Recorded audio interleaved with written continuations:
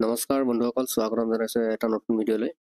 আজিৰ ভিডিঅ'টোত আগন্তুক DLED প্ৰি এণ্ট্ৰি টেষ্টৰ বাবে উপযোগী হোৱাকৈ ছ'চিয়েল চায়েন্সৰ ডেম'ক্ৰেচি টপিকটোৰ ওপৰত কেইটামান ইম্পৰ্টেণ্ট MCQs লৈ আহিছোঁ। এই MCQsবোৰ খুবেই গুৰুত্বপূৰ্ণ হয়, গতিকে সকলোৱে শেষলৈকে চাব। প্ৰথম প্ৰশ্নটো হৈছে, গণতন্ত্ৰত সাৰ্বভৌম ক্ষমতাৰ অধিকাৰী কোন? হু হোল্ডছ sovereign power in a democracy? ইয়াৰ শুদ্ধ উত্তৰটো হৈছে অপশ্যন চি, জনগণ। সাংসদ, ৰাষ্ট্ৰপতি, জনগণ, উচ্চতম ন্যায়ালয়, এই চাৰিটা অপশ্যনৰ ভিতৰত শুদ্ধ অপশ্যন হৈছে অপশ্যন চি, জনগণ। নেক্সট কুৱেশ্যন নম্বৰ 2, গণতন্ত্ৰ শব্দটো কোন কোন ভাষাৰ পৰা অহা? From which languages does the word democracy come? গণতন্ত্ৰ শব্দটো কোন ভাষাৰ পৰা অহা? অপশ্যন এ আছে লেটিন, বি আছে গ্ৰীক, চি ফৰাচী, ডি ইংৰাজী। ইয়াৰ শুদ্ধ উত্তৰটো হৈছে অপশ্যন বি, গ্ৰীক।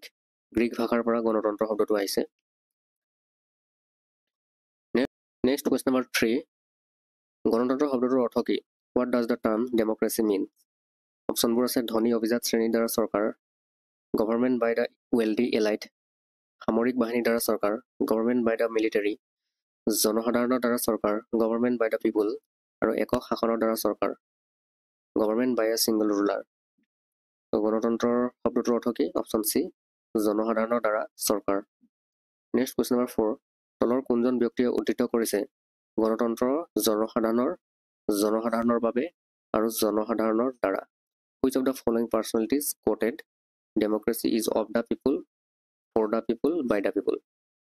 এটা ফেমাছ কোট হয়, of the people, for the people, by the people. কোনে কৈছিল? Mahatma Gandhi, Albert Einstein, Abraham Lincoln, Rabindranath Tagore. ইয়াৰ শুদ্ধ অপশ্যনটো হৈছে option C, Abraham Lincoln. Next question number 5, তলৰ কোনটো গণতান্ত্ৰিক চৰকাৰৰ বৈশিষ্ট্য নহয়? Which of the following is not a feature of democratic government?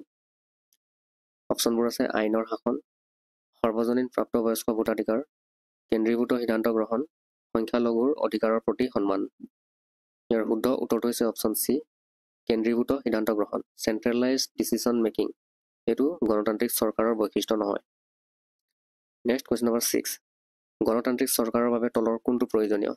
Which of the following is an essential requirement for a democratic government? Essential ৰিকুৱাৰমেণ্টটো কি হয় Democratic গভৰ্ণমেণ্টৰ কাৰণে? অপশ্যনবোৰ আছে সংবাদ মাধ্যমৰ চেঞ্চৰশ্বিপ, ৰাজনৈতিক বিৰোধিতা দমন কৰা, মুক্ত আৰু নিকা নিৰ্বাচন, অপশ্যন ডি আছে ধৰ্মগুৰুসকলৰ শাসন। ইয়াৰ শুদ্ধ অপশ্যনটো হৈছে অপশ্যন চি, মুক্ত আৰু নিকা নিৰ্বাচন, ফ্ৰী এণ্ড ফেয়াৰ ইলেকশ্যন। সেইটো খুবেই প্ৰয়োজনীয় গণতান্ত্ৰিক চৰকাৰৰ বাবে। নেক্সট কুৱেশ্যন নম্বৰ 7, গণতন্ত্ৰৰ ৰাজনৈতিক সমতাৰ তাৎপৰ্য কি? What is the significance of political equality in a democracy? ৰাজনৈতিক সমতা মানে কি?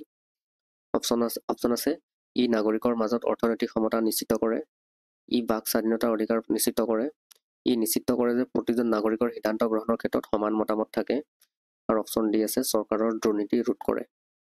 ইয়াৰ শুদ্ধ উত্তৰটো হৈছে অপশ্যন চি, ই নিশ্চিত কৰে যে প্ৰতিজন নাগৰিকৰ সিদ্ধান্ত গ্ৰহণৰ ক্ষেত্ৰত সমান মতামত থাকে।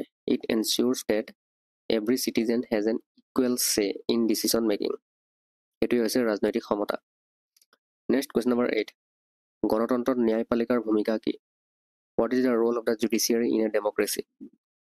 ন্যায়পালিকাৰ ভূমিকা কি? অপশ্যনবোৰ আছে আইন প্ৰণয়ন আৰু নীতি নিৰ্ধাৰণ কৰা, to pass laws and make policies, শাসকীয় দলৰ স্বাৰ্থক প্ৰতিনিধিত্ব কৰা, to represent the interest of the ruling party. Option C আছে ন্যায় প্ৰদান আৰু নাগৰিকৰ অধিকাৰ সুৰক্ষিত কৰা, to provide justice and protect the right of citizens.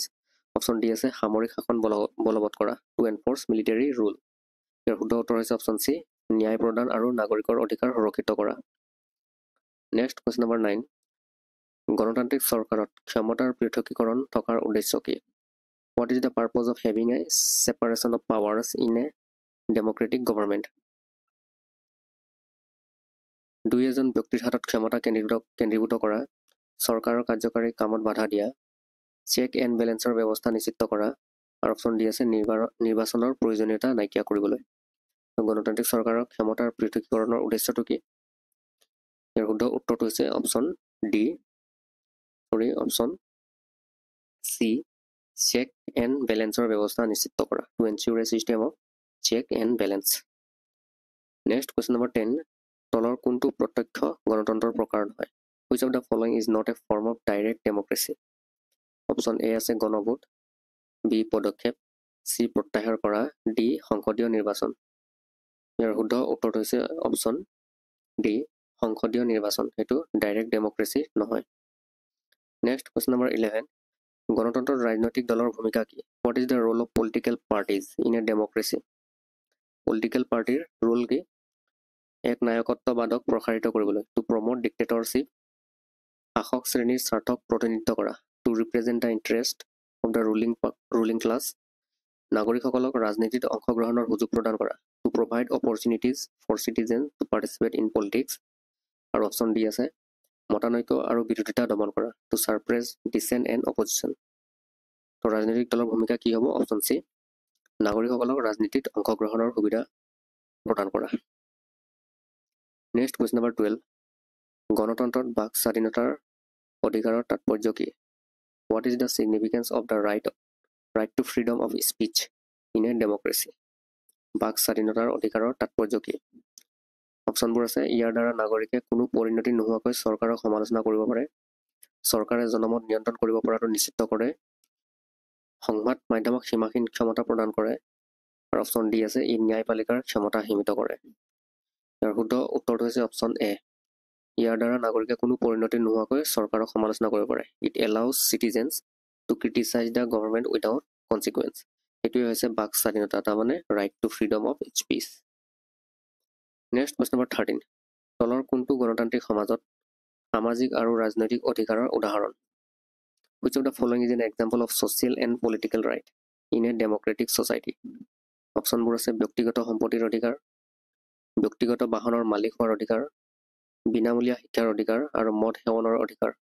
ইয়াৰ শুদ্ধ উত্তৰটো হ'ব অপশ্যন চি বিনামূলীয়া শিক্ষাৰ অধিকাৰ। সেইটোৱে হৈছে social and political write off A democratic society.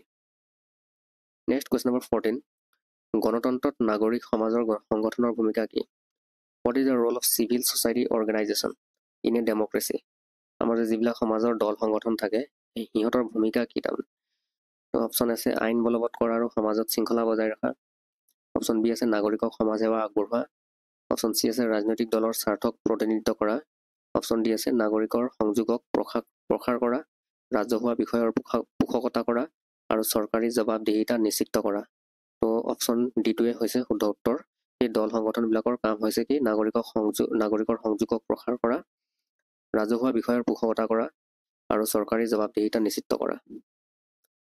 আজিৰ ভিডিঅ'টোৰ অন্তিম প্ৰশ্ন, ভাৰতীয় ৰাজনৈতিক ব্যৱস্থাৰ কোনটো সংস্থা প্ৰত্যক্ষ গণতন্ত্ৰৰ নিদৰ্শন? Which body in Indian political system is an example of direct democracy? কোনটো প্ৰত্যক্ষ গণতন্ত্ৰৰ উদাহৰণ? অপশ্যনবোৰ দিছে জিলা পৰিষদ, বি দিছে পঞ্চায়ত সমিতি, চি দিছে গ্ৰাম সভা, ডি হৈছে বিধানসভা। ইয়াৰ শুদ্ধ উত্তৰটো হৈছে অপশ্যন চি গ্ৰাম সভা। ডাইৰেক্ট ডেমক্ৰেচি য'ত মানে জনসাধাৰণে ডাইৰেক্ট অংশগ্ৰহণ কৰে, গতিকে গ্ৰাম সভা।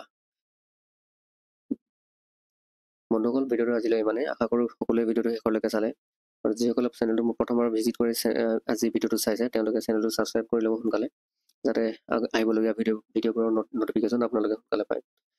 ভিডিঅ'টো শেষলৈকে চোৱাৰ বাবে অশেষ ধন্যবাদ জনালোঁ। Thank U.